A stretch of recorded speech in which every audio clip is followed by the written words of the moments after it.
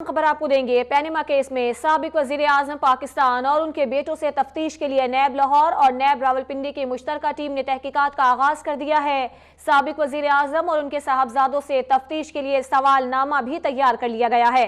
सवालनामा chairman नैब, deputy chairman नैब और prosecutor general नैब को भिजवा दिया गया है। नैब के आला अफसरान ने मुश्तरका टीम का तैयार करदा सवालनामा मामूली तरमीम के बाद कबूल कर लिया है। अब तक ने सवालनामे के अहम नुकात भी हासिल कर लिए हैं। दूसरी जानिब नवाज शरीफ के वकला मुशावरत के लिए रायविंड जाती उम्रा में मौजूद हैं। हमारे नुमाइंदगान हमें इसी मामले पर अपडेट करेंगे। नैब ऑफिस के बाहर मौजूद हैं नुमाइंदा अब तक शफीक शरीफ, उनसे बात करेंगे और इसके अलावा जाती उम्रा में मौजूद हैं नुमाइंदा अब तक नवेद रिजवी, उनसे पहले बात करेंगे। नवेद रिजवी, आप बताइएगा कि वकला की मुशावरत भी शुरू हो गई है और मजीद क्या अपडेट्स हैं आपके पास इस मामले की? हाँ जी बिल्कुल, ख्वाजा हारिस एडवोकेट की सरबराही में उनकी एक वकला की टीम इस वक्त जाती उम्रा के अंदर मौजूद है और साबिक वज़ीर आज़म नवाज शरीफ के साथ मुशावरत की जा रही है। पनामा केस के हवाले से जो नैब को सुप्रीम कोर्ट ने रेफरेंस का कहा था कि जी इनसे ये मनी ट्रेल के बारे में पूछा जाए, जो कि कतर से दुबई कैसे पैसे गए और दुबई से फिर जद्दा और जद्दा से फिर मे फेयर फ्लैट कैसे खरीदे गए। अब अगर बात की जाए कि नवाज शरीफ के नैब में पेश होने की, तो कल वाज़ेह तौर पे तर्जुमान मुस्लिम लीग नून डॉक्टर आसिफ करमानी ने ये कहा था जी हमें अभी तक नैब की तरफ से कोई नोटिस नहीं मिला। मियाँ साहब को जब नोटिस मिलेगा या उनके बच्चों को मिलेंगे, हम सुप्रीम कोर्ट में भी पेश हुए, हम GIT के सामने भी पेश हुए, अगर जब नोटिस मिलेंगे तो अपने वकला के साथ मुशावरत के बाद ज़रूर नैब में पेश होंगे। इस वक्त जो जाती उम्रा में मुशावरत हो रही है उसमें साबिक वज़ीर आज़म नवाज शरीफ, साबिक वफाकी वज़ीर इत्तलात परवेज़ रशीद और मुस्लिम लीग नून के जो तर्जुमान है सेनेटर डॉक्टर आसिफ करमानी, वो भी मौजूद हैं। अभी तक मुशावरत का सिलसिला जारी है। वकला की एक टीम जो है वो नवाज शरीफ साहब के साथ जो मुशावरत कर रही है कि जी के आदला का लाएअमल तय किया जाएगा। जी ठीक है नवेद रिजवी, आप हमारे साथ ही मौजूद रहिएगा। अब बात करेंगे नुमाइंदा अब तक शफीक शरीफ से, जो कि इस वक्त नैब ऑफिस के बाहर मौजूद हैं। शफीक, ये बताइएगा कि सवालनामे के अहम निकात अब तक ने हासिल कर लिए हैं, क्या है बताइएगा?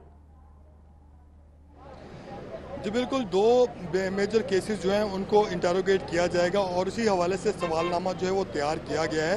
सवालनामे में जो सबसे मेजर पॉइंट्स रखे गए हैं वो अल अजीज़िया स्टील मिल्स के हवाले से रखे गए हैं और हिल कंपनी के हवाले से जो है वो सारे सवाल जो हैं तैयार किए गए हैं। अल अजीज़िया स्टील मिल्स के हवाले से ये पूछा जाएगा कि वो कंपनी कैसे तश्कील दी गई, उसके लिए जो फंड्स वो कहाँ से आए, उसका इंफ्रास्ट्रक्चर किन पैसों से जो है डेवलप किया गया, उसके बोर्ड ऑफ डायरेक्टर्स में कौन कौन से और उसके शेयर होल्डर्स में कौन कौन शामिल थे।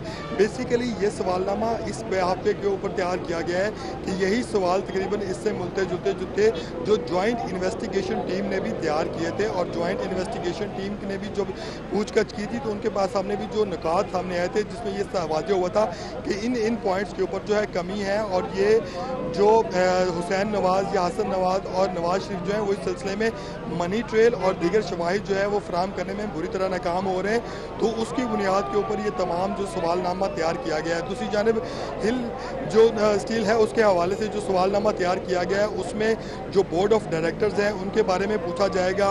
उसकी जो ये कि इसमें ख़ास तौर पर 840 मिलियन रुपए जो थे हुसैन नवाज की जानिब से नवाज शरीफ को तोहफ़तन दिए गए थे उसके बारे में भी सवाल किया जाएगा।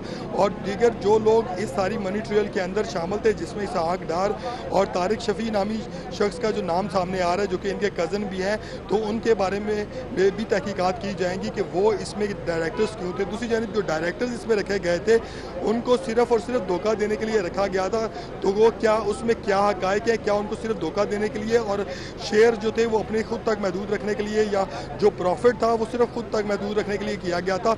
इस सारे सिलसिले में सवालनामा तैयार किया गया है। जॉइंट इन्वेस्टिगेशन टीम की जो शवाहिद इकट्ठे किए थे उन शवाहिद को भी इन्वेस्टिगेशन का हिस्सा बनाया गया है और दो मुश्तरका टीमें जिसमें रावलपिंडी नैब की टीम है जो कि वहाँ के JD की निगरानी के अंदर काम कर रही है और लाहौर नैब की जो टीम है वो यहाँ के DG की निगरानी में जो है वो काम कर रही है।